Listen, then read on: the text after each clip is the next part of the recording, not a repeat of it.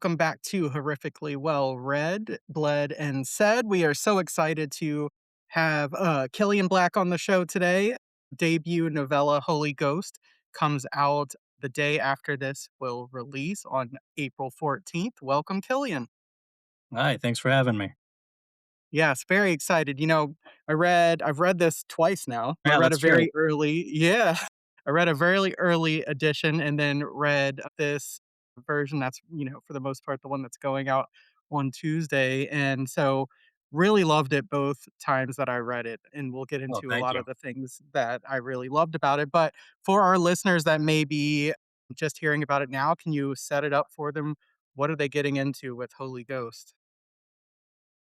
Yeah, so it follows Alice and her family as they go through the grieving process of losing a loved one, but they're approached by a doctor who is looking for people to start in the human studies for their new drug Lazarus, which can temporarily reanimate the dead. And it goes through their course of their human trials. One of the things that I love is that they kind of try to, in a really not great way, prepare the family that Yes. they're gonna see the person, but it's not exactly who they said goodbye to the last time that they saw them. Yeah, I was trying to think of how I could word it without really ruining anything, but it kinda jumps into it really quick, but yeah, what they're promised isn't exactly what they get. Yes. And what I love is that, like, this is not like a story where you hear that, and I think you're thinking, "Oh, they're gonna come back this, like, horrific monster that's immediately gonna start attacking everyone," and all this kind of Yeah, you get this idea of maybe other stories that you've heard. Something that I really love about this book and first, I love that you start with that sort of moment, of someone having to deal with loss, and what I really love, especially at the beginning, because it is, um, the loss of her mother and this just kind of idea of, like, the house is not the same as it was before. And I think that that's something that really is hard to explain when you haven't dealt with, like, a grief or that hole like that you really kind of nailed with this. And I'm just wondering, is that coming from a place of experience? Is that coming from just, like, thinking about what it would be like if that was you? Because you do a really great job of that feeling. thank you. Well, it was mostly about my own mortality. I have a Mhm. seven-year-old daughter who's gonna be 8 in 2 weeks, so I'm constantly doing the math of when she's this age, I'll be this age. And then I start going further and being like, my parents will be this age. And then, so it just kind of spiraled when I was thinking about the story. And I thought it was just going to be a short story, but it just kept going and going. And then I really like when I was writing some of the parts, it really got into like the headspace of it, of really trying to think like how you would feel losing that normal feeling of always having that person around and just that huge divide. And when you lose someone, it's just a huge break in what you know and what you found as like a normal life without even thinking about it. Yeah, absolutely, and, for you and in the same position with children that it's like, you kinda think, like, if their life goes the way that it's supposed to, they're going to lose my parents, and then they're gonna lose me. Like, I want that to happen. I want them to Yeah. go through normal process, but at Yeah. the same That's the best case scenario. And that's still, you're like, ugh. Yeah, exactly, and it's like, I think that you hit on, um, a part, in here where it's like when you first have a kid, you're like, "Okay, I just wanna live long enough that if I were to go, they'd remember me." And then it's Exactly. like yeah, That's a huge fear is like you just like, oh, I was young when they passed and you're just forgotten. Like, I don't remember them, yeah. which is, I it's a I mean, I scary thing. remember, and unfortunately, I'm sure plenty of people have this, that they'll have friends or people that they go to school with that's happened. They either live with grandparents, they live, with someone else. Like, I have a student right now that has that case, and they were so young, it's like they'll besides pictures and videos and stuff like that, they'll never really know their parents outside of what people tell them, and I think, like, as a parent, like, that is such a huge fear. Yeah. Yeah, it's I can't I can you get I try not to think about it because then you just start spiraling, going in like a wormhole, just, oh, it's awful. Yeah, and it's like, you're like, "Okay, I wanna instill whatever little wisdom I have," at any point, and so you find yourself talking about things and whatnot, and I love how in this book, Maud, who is the mother, the grandmother, the mother character that has passed away, that she kind of saw her mother as that source of wisdom and as that, person. And that's one of the things that's really like a hole in her life once her mother's gone. And, thinking about that, it kind of made me think about who are those people that when something happens or you have a question about something, there's always that person that you go to and what that feels like when they're just not there to answer anymore. Yeah, it's because you don't think about it, and then it could all of a sudden happen, and it's just a void that you have to try to fill, and you gotta rework your whole life around what the normal was. Yeah. And so one decision that, obviously you had to make when beginning this book is how Maude was naturally going or how her first death or, however you wanna say it, her natural death was going to occur. And I think the decision that it was very, like, normal and banal, And I think that that's so indicative of, like, most people's experience. It's just like, I just found her, she had passed away, it's like whether it was an aneurysm, heart attack, something happened that suddenly she was pretty healthy, speed walking through the neighborhood, Yeah. babysitting neighborhood kids, and then next thing you know, she's face down. The image of the milk outline definitely got me where it's just like, "Yeah, man." And so I just wanna know, when you were deciding, obviously, it's based around someone dying, were you like, "I don't want that to be where the fear comes from," or like, "I don't want that to be this, like, big gory scene, I want it to be very quiet." Yeah, I wanted it to be more so you're more in the headspace of Alice where you feel bad for her, and you're hoping that when Maud does come back, she can repair that heartache and that void that she has in her that Alice has in her life now. So I Yeah. kinda wanted to, like, make you go this way until y like, I wanted to zig before you zag with the story. Yeah, absolutely, I love that, it definitely does, and it sets it up because this is your typical family, they're not, like, heroic, they're, like, somebody that you live next to, they're somebody that you are, and I think you set that up really fast, really well in this book, and so as it opens, they're in this sort of really sanitary it's where they're being talked to, they've already kind of made the decision that they're gonna go through with this drug, but it's kind of being explained to them by the doctor, if he is a doctor, more like a sick car salesman, Yeah. that's telling them about the process and everything, and I have to say that scene, like, the way you go back and forth kinda between, like, the husband and the wife in that scene and stuff, it's very much like, I don't know what I would do because did you make the right decision? Is this the right thing to do? But at the same time, how could you not when offered it, right? Exactly. They were fed, a fairy tale pretty much of, like, it's gonna be the same, it's gonna help you with the grieving process, so and Alice is so heartbroken from it that how could she say no? There was Yeah. no he didn't give the bad side of it, he's only, like a car salesman selling the good part of it, hiding the bad part. Yeah, and that, like, that vision of him smiling so hard that you see, like, the yellowed back teeth. Who hasn't been there? And it's like, it's sort of you think you're making the right or the wrong decision, and then you see this guy and you're like, "Oh, man, I think I fucked up." Yeah.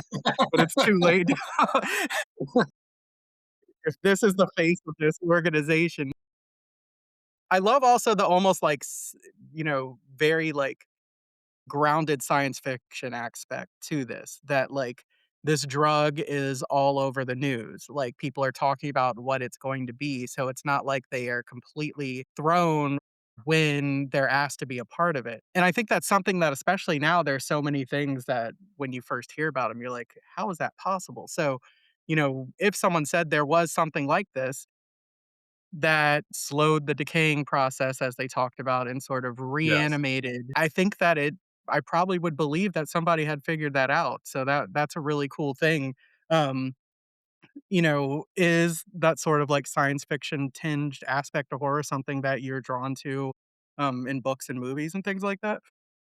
Well, it's funny because I didn't think of it as like that sci-fi part of it until, like, I sent it out to Catherine Silva. She did a developmental edit for me, and she wrote, like, this, sci-fi horror, and I was like, "Oh, yeah, I guess it is sci-fi horror because all the medical Yeah. aspect of it," but, yeah, like, when I thought of the story, I'm like, "Alright, I gotta make sure I'm not, like, just rewriting somebody else's view of this." So I Mhm. read a bunch I reread a bunch of like, going through, like, back through, like, Pet Sematary and, like, even, like, Frankenstein, through stuff like that. Yeah, Like, I went Laurel Hightower's Crossroads to make it sure I wasn't, touching too much on that part, or even I read Bracken McCloud's Come to Dust. I don't know if you've read that. that sounds I read the back of it, I was like, "Oh, this." I wasn't sure how close it was, but it's not close, but it was a really cool take on the reanimated coming back, and even, I don't know how to say his name, John Lindquist? He's a Swedish writer, he did, Let yeah. the World Burn. Mhm. He did they made it into a movie, Handling the Undead, Okay. and so it was the people came back, and it was like this showing them pretty much dealing with their Mhm. loved ones back, and I was like, "Oh, that's a good take." I kinda liked his take on it where people were, like, caring for these people, and they weren't really zombie-esque, but they were just, like, a catatonic version of themselves. Yeah. But, like, I added that part of the dead meds on the news and stuff, kinda just to so I didn't have to go deep into backstory with it. It just kinda like a last minute thought of, to kinda cover my ass with it, so people weren't asking questions.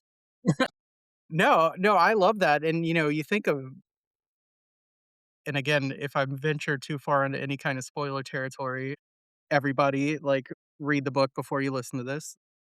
But, just let me know. But there's a there is a very, for most zombie books or even like vampire, because it touches on a lot of things when you think about just someone coming back in general, right? Yeah. And there's usually is like either they're just a straight up gross dead body, you blow off their arms and they're fine and all that kind of stuff, or they're just human again, or like vampires, I don't know what's going on biologically with the vampire needing the blood or whatever.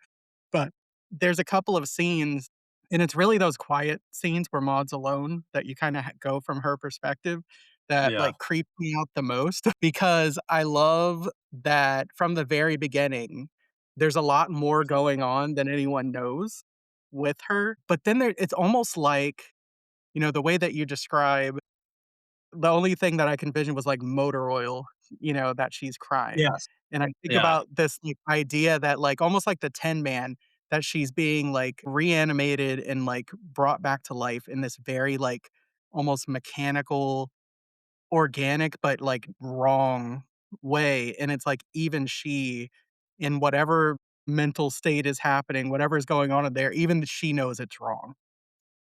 That first night, it kinda, Yeah. uh yeah, it's I just 'cause you see the commercials, all the different drugs out and stuff like that, and Mhm. then you hear the side effects they're doing, and they sound worse than what the drug's treating, and Yes. that's kinda like where I thought of it, the idea for the story, and so I was like, "What kinda side effects would she have coming back from the dead?"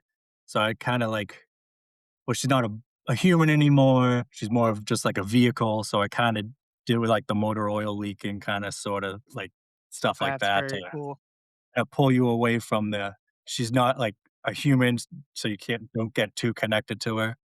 Yeah, yeah, I love that. I think that it's funny that you say that because my wife and I always joke about I forget what medicine it is, but it's something, like, very, like, banal. It's like one of those ones that, like, make your eyelashes grow back or something along those lines.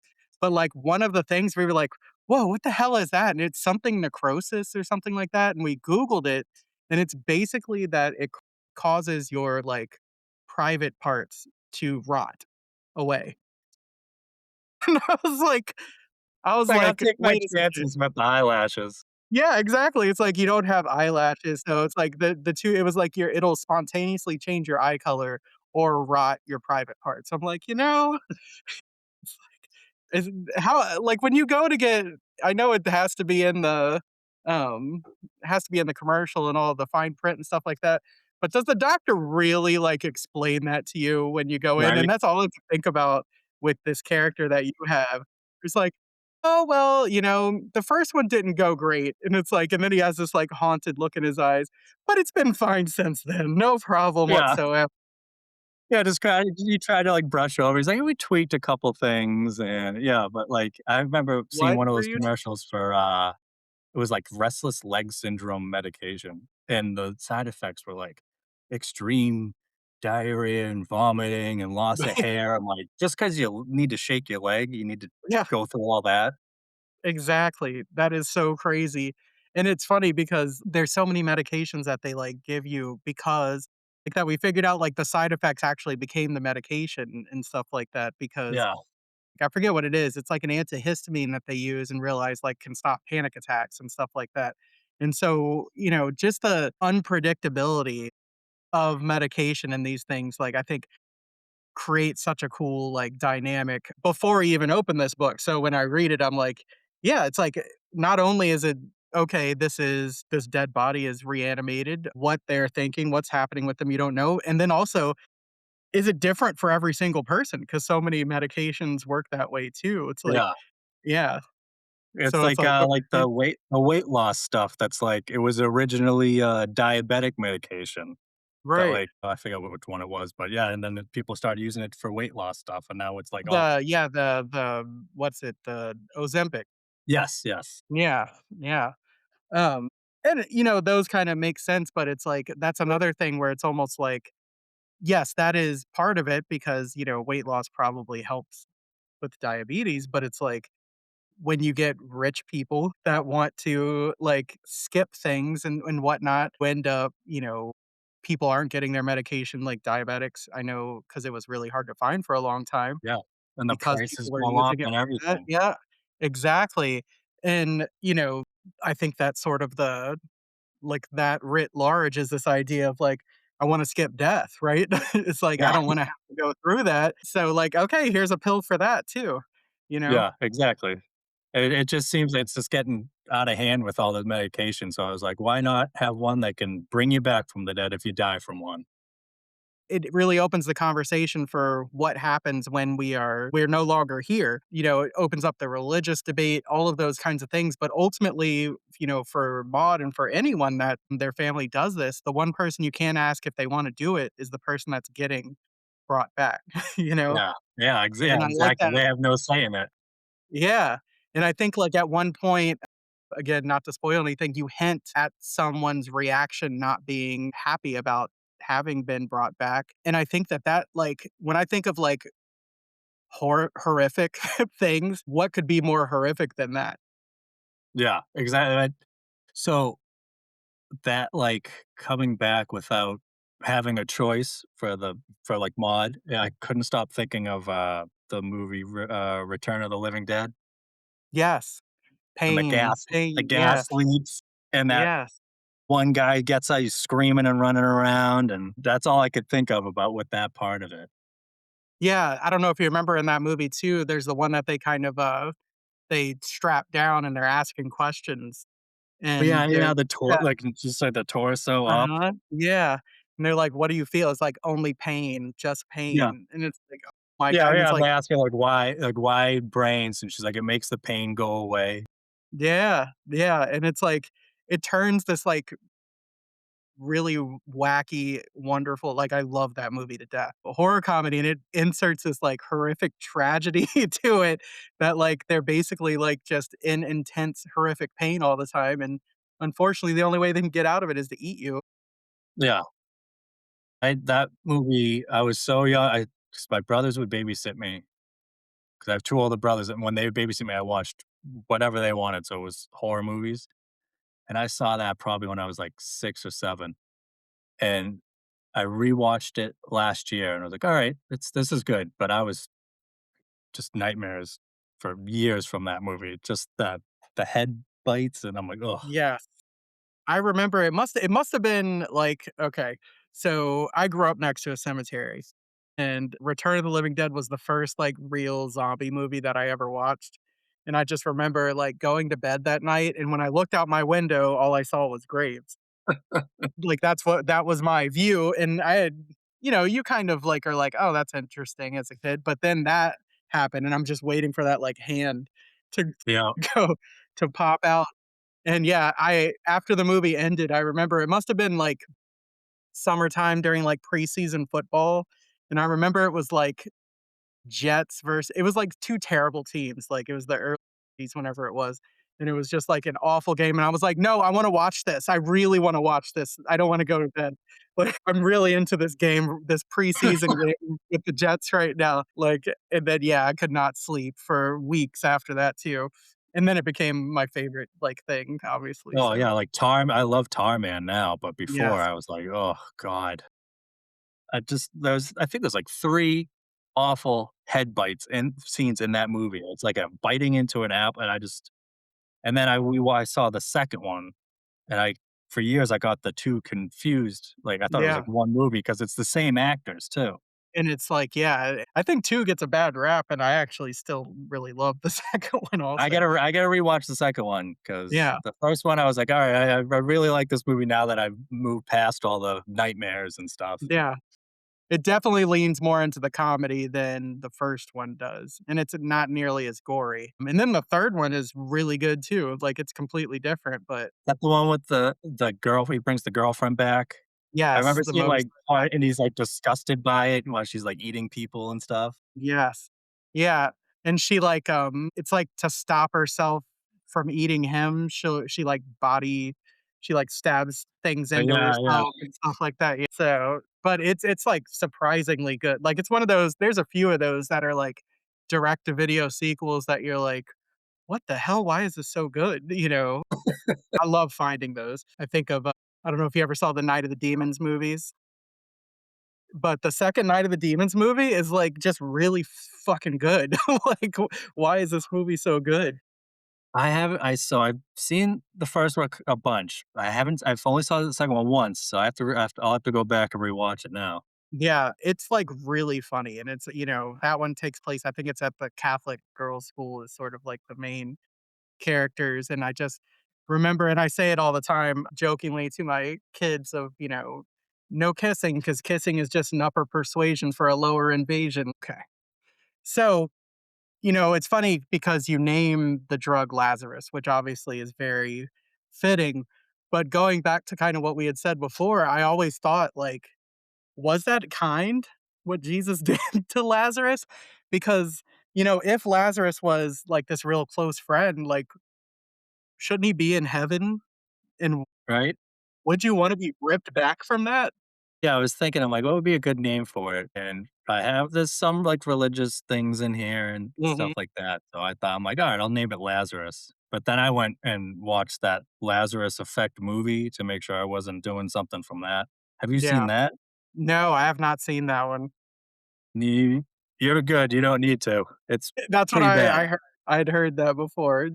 So but yeah, no, that's that really interesting thing, because there's a couple of characters in Stan, I think the husband, the father in it says it too, that it's like, when it's over and it's fine. Like, that's okay. Yeah, Like, and so, like, love that going back and forth with this, that, like, almost like what is a life? And, sometimes it isn't fair and you don't get to say goodbye that way that you wanted to. But in order to do that, how far would you go? And like, is it really like, for instance, in this story specifically, you're not really getting to say goodbye to that person again. And it's actually does it almost like affect those memories of the person beforehand? And it's like these philosophical questions that come up. I'm like, love that. thanks. Yeah, I was trying to get in the head space of that, going back and forth of would I do it if I was in that situation? And then I even being like, would I wanna be brought back if I was in that situation? So Mhm. I mean, I feel like if Your there's no dedication real makes it fairly clear, right? What you yeah, end up yeah. think I feel like there's no clear answer, no straight path for that. Yeah.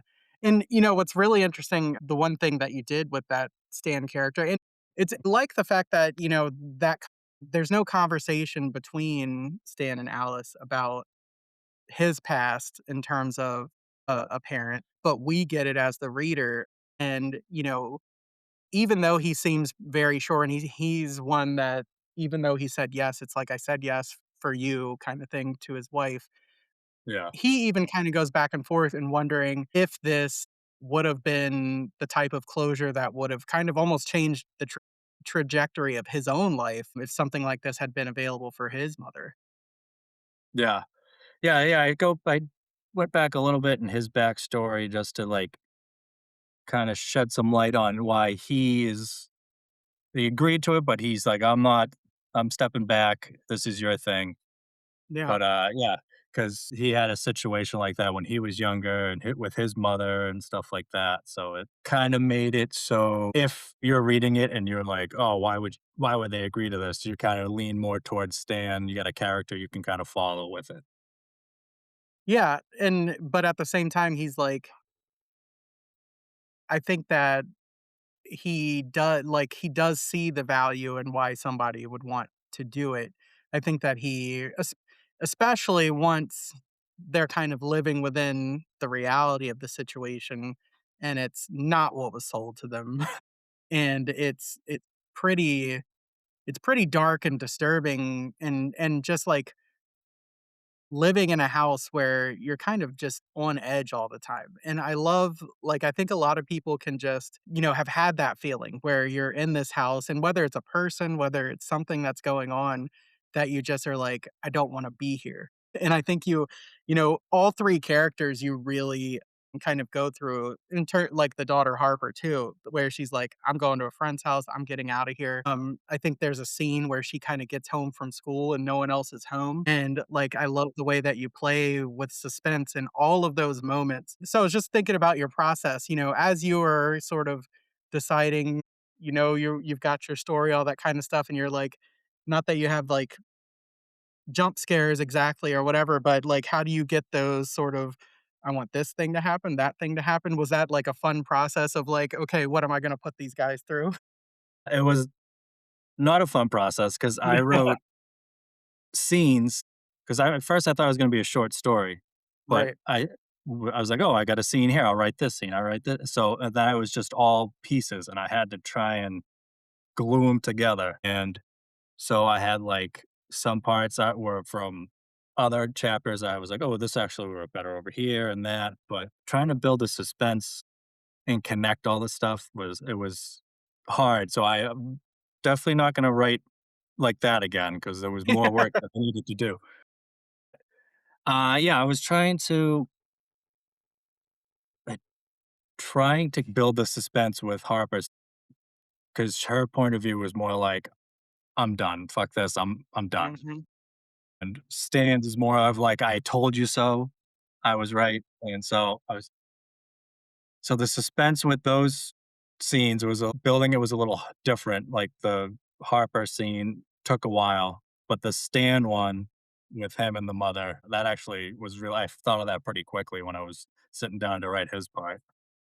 But connecting all those to make sense, I really had to like move stuff around a lot. Yeah, and I know that you've talked about before that you've been interested in film, like, that was something that you were interested in. There's a lot of, like, really distinct images in this story that I feel like, stick with you that I'm not gonna say that you'll know when you read it. But do you think that because that's sort of like I know you're a big reader too, obviously, we both have heavy Stephen King shelves Yeah. behind us. You think that the sort of beats and the sort of imagery that is so specific to like horror filmmaking was something that kind of colored the writing as you were writing it that you were like, I see this, I like this image has to go in there, that kind of thing.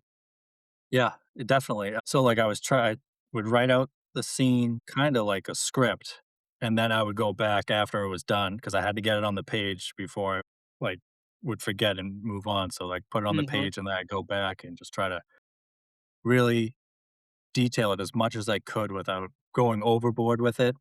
but everything I saw was actually like I was seeing it as a movie, like scene to scene to scene, and probably why it is a shorter read Mhm. is because I just wanted it quick and fast paced.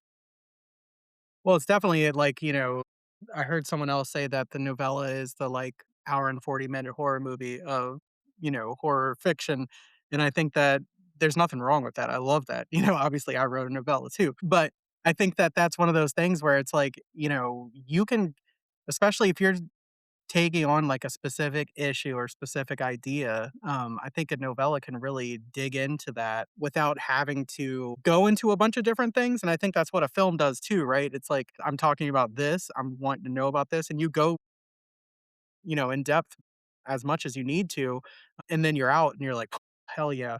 You know? So, I love that. Thanks. Yeah, I think it was more of my attention span.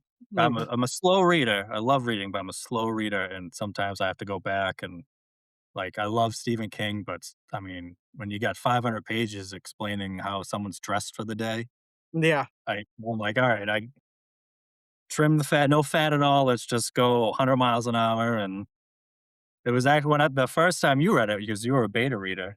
It was like 60 or 70 pages, and so now it's like 118 or 120, something like that. But Yeah. it's a quick read. So I think Yeah, that's and one. I think that what you fleshed out, really builds a lot because it was all there in the original one, but I think it just goes further into understanding a lot of the different things that make up the characters and sort of this backstory behind what Lazarus is and how it's affected different things. But one thing that I would have to say is, like, you kind of feel and know one way or the other that this is essentially a tragedy that we're reading, right?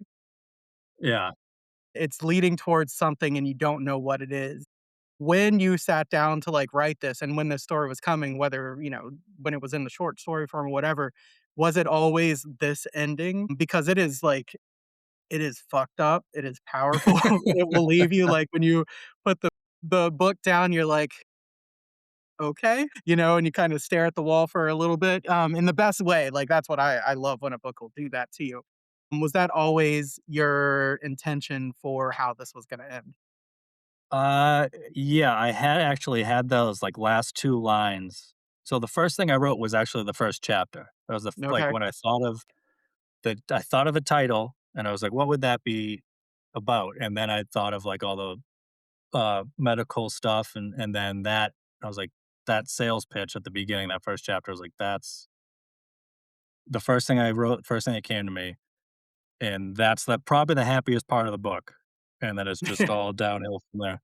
But yeah, right after that first chapter, I thought of the last 2 lines, so I was just trying to connect those 2 as well as I could, and then I would start thinking, like, the part when Maud's first back and she's Mhm. in the room by herself and there's a fly in the room, Yep. I'm like, "I need something else in this area," and I was like, "Oh, that would be creepy with the fly," and then Yeah. I wrote that in, like, a half hour just sitting there thinking about it. What I love is that it almost felt like a nod to the end of Psycho, but then it went a completely different direction that, he doesn't really I wouldn't hurt a fly. It's like, this is a little different than But yeah. Awesome. So I wanna talk about that title a little bit. So you came up with that title fairly early on, that's what you wanted it to be called. So when Holy Ghost, like, obviously there's a big, communion, I think of religious aspect to it. When you decided that, like, what about this story was that title for you? well, like, I grew up Catholic, Mhm. and it was always the Father, Son, and the Holy Spirit, and I was wondering why they got rid of the Holy Ghost part, and then it just stuck in my head, and I was like, "Alright," thinking of bringing, like, a Holy Ghost, like, so bring someone back from the dead, I felt that was appropriate for that title, and, like, for some reason, it just stuck in the back of my head of, like, just religious and medical at the same time. Yeah. Like, the Maude, when she's before she dies, she's very big in the church. It goes into that, and then it goes through the eyes of, Alice and, like, her in the church too, and it was just I lean more towards that side, like, I remember when I was in I think it's 2nd grade when you get your communion. Mhm, the first communion. Yeah. So you go, like, to the confessional or whatever, and you go in, and you're supposed to confess your sins or whatever. You're 8 years old, I don't know what sins you have, but I remember it was so backed up that they took me and I had to sit face to face with the priest because the line was backed up for the confessional, and I had to make stuff up 'cause I was 8, and he Yeah, didn't believe me, and he was like, "That's it? That's all?" I'm like, "I swore at my brother." He's like, "That's it? That's it? That's all you have to be sorry about?" And from that point, I was like, "This isn't for me." Yeah, and it just stuck with me. I have nothing against people who are yeah, religious. If as long as you treat people fairly, I don't care about that, but mhm. as once you use it to judge other people, that's when I have a problem with it. Yeah, especially an eight-year-old, like, what a formative I didn't grow up Catholic, but, the friends that I had and things like that, like, first communion, first confession, all those things, it was such a you think of, like, Sweet 16, like, it's one of those things where it's like they have these huge parties for it and all these kinds of things, and it always like, the idea of confession always, I thought, was such a interesting and horrifying thing, so, one that you had to, I guess you think it makes it better that you're not looking, at the Yeah, priest, you go but in, it's supposed to be, like, anonymous, but then it's like, "Nope, you gotta look at me, and your yeah, sins aren't good enough."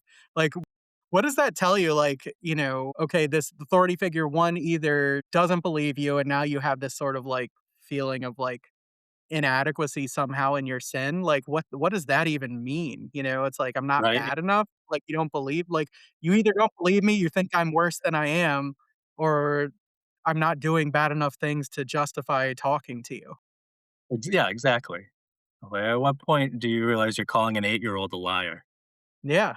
Yeah, exactly. It's like, "What, I stole a bike?" Like, "What do you want me to tell you right now?" Like, that's so crazy. And there's a scene where Alice goes to church, where it kind of feels like she's trying to really get closer to her mom and kind of understand, and try to find some hope in the thing that her mother found so much hope in. And, similarly, she, kinda walks away from it like, "No." Yeah. Yeah, there's some parts in that where it's more like of, "You're not good enough. Your mother was better with the church," like, stuff like that. Yeah. I love also the way that you kind of, have, like, a real quick, like, snapshot of this, like, neighborhood and community. It feels very, like, and I don't know if, like, you have one. I know that says, like, you're kind of, like, born and raised Massachusetts, and there's, like, this feel of this neighborhood that it feels to me like this New England town. It's not that everyone's, like, super in each other's business. You certainly know what's going on everywhere, but there's this, like, Yeah. real tight-knit feel, that I thought you, like, established really quickly and really cool and kind of added to this idea, like, one, that there was, like, this sense of embarrassment almost that Maude was coming back because everyone knew Maude had died, um, but then also this, like, really kind of cool, like, idea of, neighborhoods being this community too. Yeah, yeah, I tried to, like, because when I grew up, it was a small dead end, and they ended up actually, like, making it connect to the next street later on, but it's just we knew all the kids around us,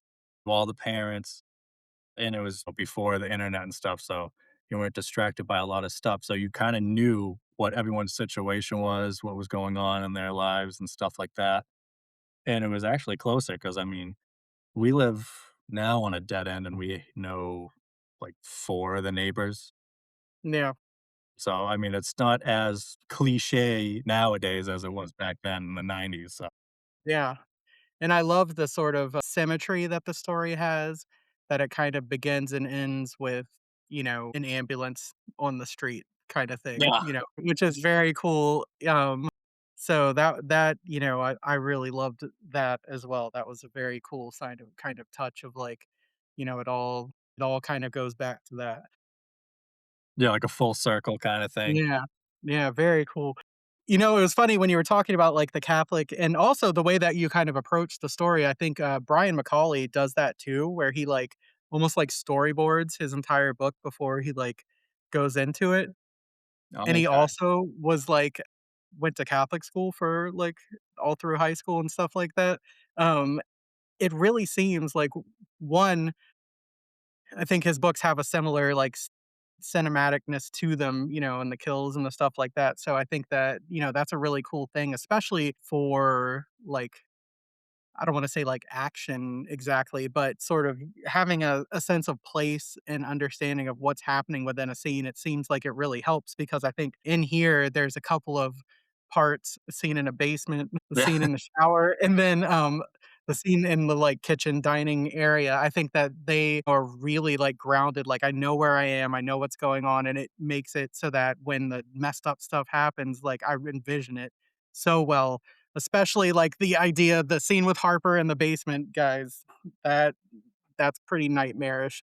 Yeah, I wanted to kinda make it, your home is supposed to be where you feel safe, and I kinda wanted to make every inch of that house unsafe, and people just wanted like, even Alice, who wanted this the most, Mhm.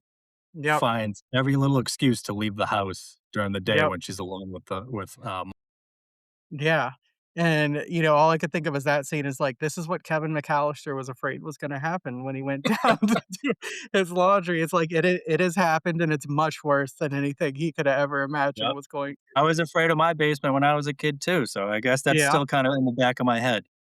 Did you have a creepy basement? Very creepy, yeah. So, d was, like, the laundry down there too? Laundry was down there, and it was just always cold, and it just dark no matter how many lights you turned on, and I would always run up the stairs even though they weren't, like, open stairs, nothing could get you, but Yeah. there was a closet door right by the stairs, so last second, something could maybe jump out at you. That's always when it's gonna get you, and then you feel like I always felt like when I was in those situations that I felt like the Roadrunner or Wile E. Coyote where it's like you're getting started and your first 3 steps, you feel like you're just running in place, like you can't get started as you're, like, trying to get through. "What the hell is going on?" It's like that Freddy Krueger Nightmare on Elm Street dream logic of, like, why can I not do stairs all of a sudden? Like, what is wrong with. Exactly. Yeah, like, all your motor functions just stop, and it's like you're Yeah, learning how to walk again. absolutely. But then, yeah, that definitely I love that idea that there is no place like this place that, 2 days ago was my sanctuary is now a source of fear in every room. The other thing is the way that, it's like you tell that story about your first confession and talked to Brian a few times about, the sort of traumas and, the Catholic Church has definite, very obvious things that people talk about, but it seems Yep. even in the best case scenarios, it has this really crazy effect on people that grew up in the Catholic Church and how it sort of affects the way that you look at so many different things. It's, yeah, I mean, even to this day, I still feel guilt about some stuff, like, even my mom, who she's always like, "I gotta go back to church, I gotta" like, it's just a lingering feeling, it just haunts you, and, like, it's just there was I did the CCD and stuff like that, like, the once a week, and it just didn't it was nothing, like, happy in it, you know what I mean? It was just always, whatever you do, ask for forgiveness, and it just I didn't like it, I Yeah. don't know why, it just but I still have that guilt, Yeah. it really just haunts you your whole life. Yeah, it makes me think, we had to read when I was in college, I forget what class it was some, like, world literature, and we had to read St. Augustine's Confessions, and, like, there's the whole section that basically, like, the most evil you'll ever be is when you're a baby, because you're so selfish, you don't think about anything else, like, you're just born evil, and I'm like, "Who the hell looks at a baby?" Right? And Yeah, it's like it's something like you're born like original sin, you're born into sin, you're like, yeah, "What?" Like yeah. And it's funny because it kinda ties back to the guy, this, like, drug guy where it's like, it all is a sales pitch ultimately, right, for power and yeah, money, and it's like the best way to get control over people is to make them feel lesser and to make them feel like they need to do something, a lot of times it is to you have to sort of whether it's money, whether it's, time, whatever it is, you have to give to the church in order to prove your worth. And so, like, exactly. that's kind of the same thing where it's like you gotta sign yourself over, in order to do the same thing. And it's like, that is just that's a way that if it's done so early, and you think about when we talk about, like, brains and how they develop, like, if that's what your formative experience it is, I can imagine even as, an adult, that's what you're thinking about in the back of your head is, "I'm doing something wrong." Yeah. Yeah, I pushed back against that a lot when I was a kid, but I still did uh communion and, confirmation when I was older too, because Mhm. my mom wanted me to, but, I mean, I don't take any of that serious, like, they ask Yeah. you you have to pick a saint name, Mhm. and I picked St. Louis because I was wearing a St. Louis Rams jersey at the time, Yeah. so I'm like "You know, this is all you get," and I really didn't wanna do it, but it really does stick with you, it's crazy. Yeah. And then were you allowed then, like, because I know a lot of people, it's like you have no choice over, like, what you do depending on, like, how your parents feel and stuff like that. It sounds like you were kind of allowed more to say, like, "No, this isn't for me," which is pretty rare. Yeah, like, me and my brothers did it too, so my mom wanted us to do the communion and the confirmation, and after that, my parents are like, "Yep, if you don't wanna go, you don't Yeah. have to go after that," and I mean, we weren't even like a weekly church family either, but, Yeah. like, my parents growing up, when they did, it was, like, instilled in them, like, if your kid doesn't go to church or your family doesn't go to church, stuff like that. So, like, a mixture of, like, that's just what you're supposed to do and, like, it's sort of I think about it's one of those things where it's like, what instrument does your kid play? Like, what sport are they in?" And if you're like, "Oh, they're not into those things," you get those looks where it's probably the same thing So what do they when was do? your kid's first confession?" Or yeah, exactly.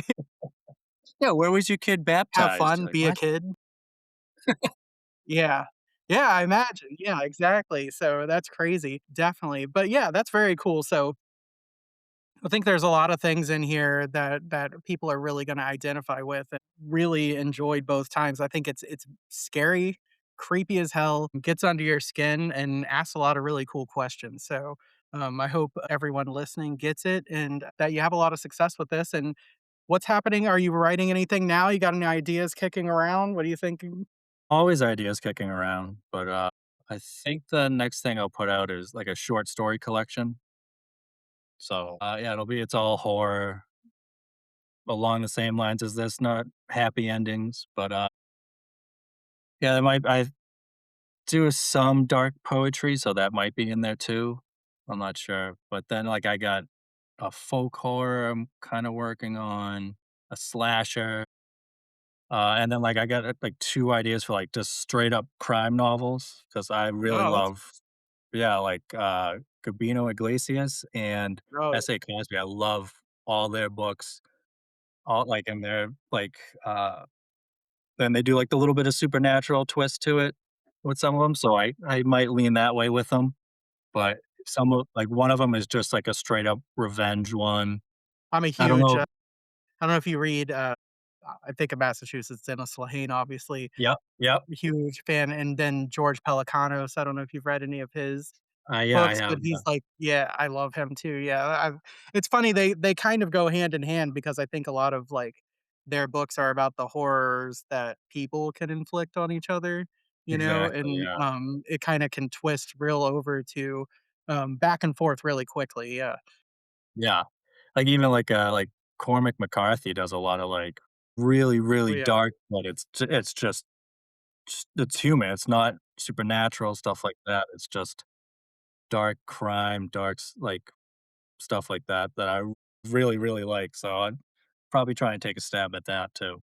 Yeah, what Tremblay's early, like, books, have you read those? The Oh, big yeah, what's yeah, it, the those big 2, they're good too, yeah. Yeah, it was like the yeah, I have them. What are they? No Sleep Till Wonderland and The Little Sleep, yeah, those are Yeah, good. yeah, yeah, awesome. So, lots to look forward to, that's great. Where can everyone find you online when they wanna hear about when this collection's coming out, all that stuff? Yeah, so I'm on Instagram at Cillian_Black_writes, and I'm on Threads underneath the same name. I don't really post on Threads, I should probably start doing that. But yeah, those are the 2 places you can find me. Nice, awesome. So, awesome cover, your brother did the cover too, right? Yes, so I got a free cover out of that. I don't know.